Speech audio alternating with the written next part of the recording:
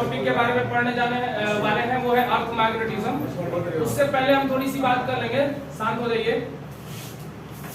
कुछ लोगों का सवाल है कि न्यूमेरिकल्स हमसे सोल्व नहीं हो रहा है, तो थोड़ा सा हम समझा देते हैं न्यूमेरिकल्स कैसे करेंगे, है ना। आज का पहला क्वेश्चन है हाउ टू सोल्व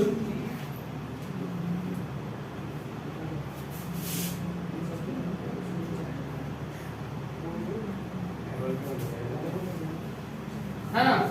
इसमें देखिए, इस न्यूमेरिकल्स में भी देखिए आपके स्टैंडर्ड्स हैं, समझ लीजिए। पहले आवाज नहीं एकदम, है ना। एनसीईआरटी है, एचसी वर्मा है, उसके बाद डीसी पांडे। देखिए ये मैंने लिखा हुआ ना इनके स्ट्रेंथ के अकॉर्डिंग। नीचे की तरफ अगर आप आएंगे तो क्वालिटी भी बढ़ेगी और डिफिकल्टी भी बढ़ेगी, है ना। ये क्लियर मैं बता रहा हूँ, मतलब ये ऐसा नहीं कर रहा कि ये महान है ये महान नहीं है, लेकिन मैं कह रहा हूँ नीचे की तरफ अगर आप आएंगे तो डिफिकल्टी लेवल थोड़ा बढ़ेगा, है ना।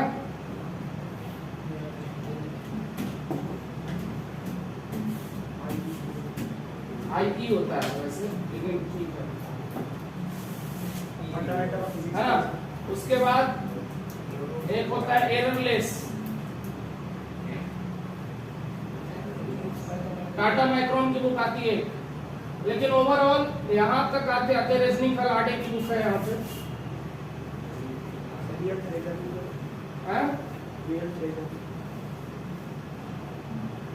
है ना। तो ये जनरली फिजिक्स में कुछ बुक है, हाँ। एररलेस में जनरली नाम भी है ना, वो सच में उसमें एरर कब है मैंने देख लिया उस बुक को। तो NCERT, SC Verma, DC Pandey, Irodov या इस तरह के जो बुक है उसको कैसे सोल्व करेंगे फिजिक्स में, है ना। ये तो भैया इसका अलग ही लेवल है इरोडो का। आप बहुत खलियल है, आपके पास बहुत टाइम है एकदम, है ना। कुछ नहीं कोई काम है घर में एकदम निकम्मे है तो इरोडो लेके बैठ जाइए, है ना। लगाते रहिए क्वेश्चन को एक हफ्ता, है ना। जिस दिन आंसर आएगा हमको भी बताइएगा, है ना। कुल मिला के देखिए कैसे शुरू करते हैं, मतलब कोई न्यूमेरिकल से हमने पहले पढ़ लिया, है ना। पढ़ लिया तो अब हम ना उसमें खोए रहते हैं, अरे ये तो लंबा चौड़ा कर रहा है, मैग्नेटिक फील्ड के बारे में कर रहा है, करंट के बारे में कर रहा है। पहले इत्मीनान से तो पढ़ो, कॉन्सेप्ट सारे अगर पढ़ रखे हैं आपने, किसी न किसी कॉन्सेप्ट से फंसेगा, है ना। नीचे की तरफ आने में क्या क्या बढ़ेगा, डिफिकल्टी लेवल बढ़ेगा और क्वालिटी भी बढ़ेगा। देखिए जैसे एनसीईआरटी की भाषा फिर भी एक बार में क्लियर हो जाएगी, आपको सीधे गिवन रहेगा, गिवन डाटा, है ना। आपको गिवन रहेगा, बाकी फॉर्मूला पे अप्लाई करना है ना। ये एनसीईआरटी की कहानी है। पहला रहेगा फर्स्ट स्टेप गिवन, दूसरा फॉर्मूला अप्लाई करना है, फाइनल तीसरे में रिजल्ट आ जाए। क्लियर है कहानी? ये एनसीईआरटी की कहानी है, जनरली एनसीईआरटी की कहानी है।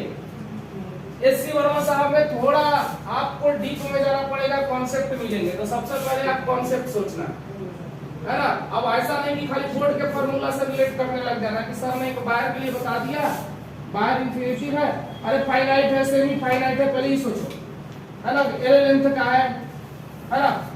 अब जैसे हमने मान लो उसके लिए भी बता रखा है सोलेनॉइड के लिए, तो सोलेनॉइड के लिए ऐसा नहीं कि सर सेंटर पे बता रखे हैं म्यू नॉट एन आई, ऐसा हमने कब बताया? हमने तो बताया mu not an I upon 2 और कुछ बताया था यहाँ, cos theta 2 minus cos theta 1 था कुछ ऐसे, है ना।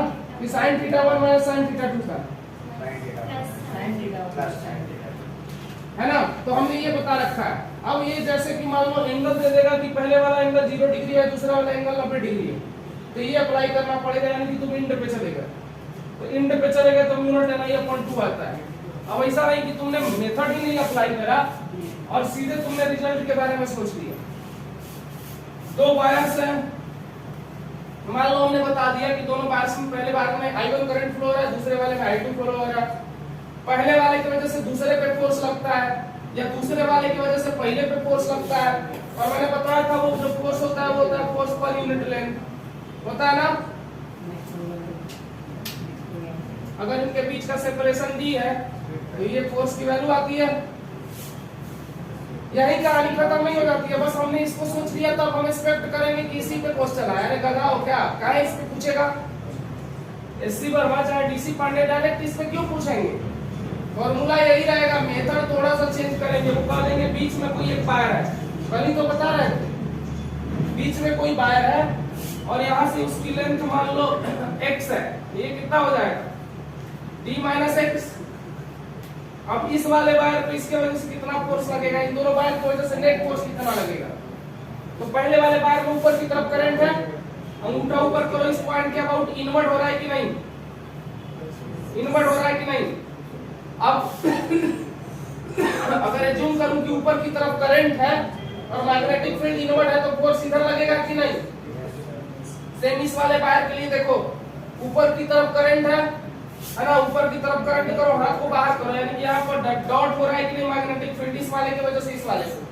तो इस वाले केस में बाहर चला गया तो फोर्स इस वाले केस में इधर लग रही है कि नहीं। अब नेट फोर्स चेक करके देखेंगे तो F1 माइनस F2 हो जाएगा कि नहीं नेट फोर्स। तो इस पे नेट फोर्स कुछ और आ रहा है, इस वाले पे इतना आ रहा था, तो हम सोचेंगे कि सब वैल्यू सेम हो रहा है। कैसे सेम हो जाएगा, तो कहानी कुछ और है, हम सोचते कुछ और है, करते कुछ और है और रिजल्ट हमेशा चाहते हैं कि सही आए। ऐसा नहीं होगा भाई, इतना आसान है क्या कि आपने सोचा और एक दिन में मतलब आप होशियार चंद बन गए। कॉन्सेप्ट में सारा पढ़ा रहा हूं, मैंने हर टाइप के न्यूमेरिकल कराया है। अगर आप डे 1 से मैग्नेटिक इफेक्ट ऑफ करंट पढ़े होंगे तो मैंने आपको हर टाइप का न्यूमेरिकल्स कराया है। अब last end of the day आप बोलेंगे कि हमसे न्यूमेरिकल नहीं बन रहा है, तो वो मेरी गलती नहीं है। मैंने आपको उस दिन भी छूट दे रखा था कि जितने प्रॉब्लम लगा सकते हो लगा लो, मेरे से लाके पूछ लो।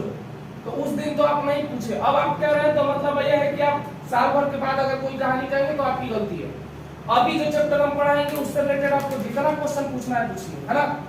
लेकिन आप घर से करके ये नहीं बन रहा, क्वेश्चन लेके आइए, मैं मना थोड़ी ना कर रहा हूँ बताने से, लेकिन तरीका समझिए। एनसीईआरटी में आप यही सोचते हैं कि गिवन है, फॉर्मूला है, रिजल्ट आ जाएगा, थोड़ा बहुत इधर 19-20 करके आ जाता है। ऐसा इन सब में नहीं होगा। इन सब के लिए आपको थोड़ा कॉन्सेप्ट की जरूरत पड़ेगी और कॉन्सेप्ट तभी बनेगा जैसे जैसे मैं कह रहा हूँ चलना पड़ेगा, आपको इमेजिन करना पड़ेगा क्वेश्चन को। आप लोग खाली कॉपी पे अभी तक सोल्व करते हैं क्वेश्चन को, कॉपी से बाहर निकल जाइए। अगर फिजिक्स सोल्व करना है, मेरा यकीन मानिए, आप कॉपी के दुनिया से, पेन और कॉपी से बाहर निकल जाइए, तभी आपसे फिजिक्स बनेगा।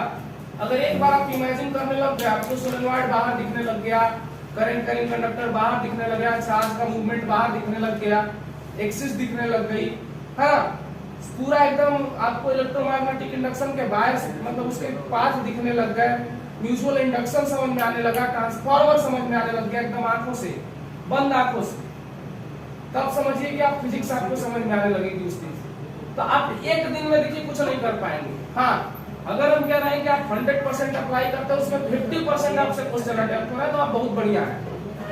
अगर और चाहिए तो और मेहनत करिए, है ना।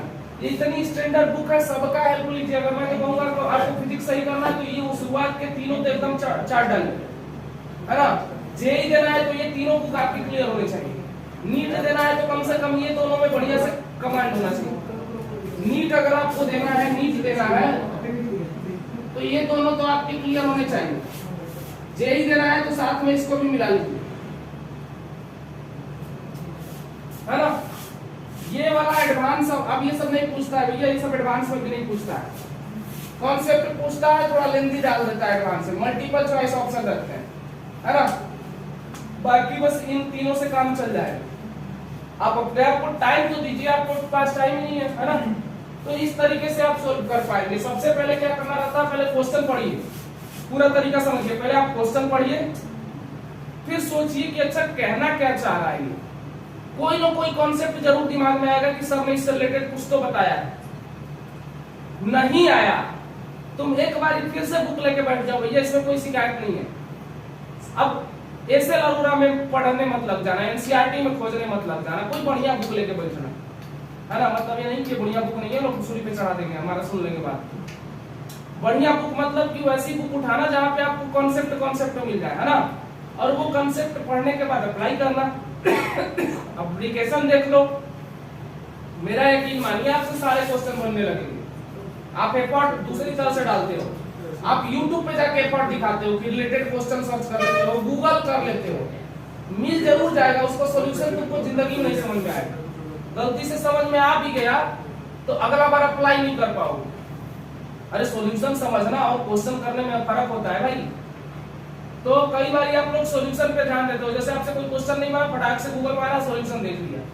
इस चक्कर में चीजें क्या होती है मैं बताऊं, जैसे एक बार आप सॉल्यूशन देखते हो ना, उस समय लगता है हाँ हमें तक समझ में आ रहा है, लेकिन भाई आपको आता नहीं है, वो तो जबरदस्ती आप आंसर रट रहे हो, है ना।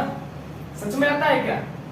वो तो आप देखते हो अच्छा इस तरह से किया है, तो तुम तो प्रोसेस रट लिए ना, स्टेप रट लिए, तुम ये थोड़ी समझ पाए कि कैसे अप्लाई करा है।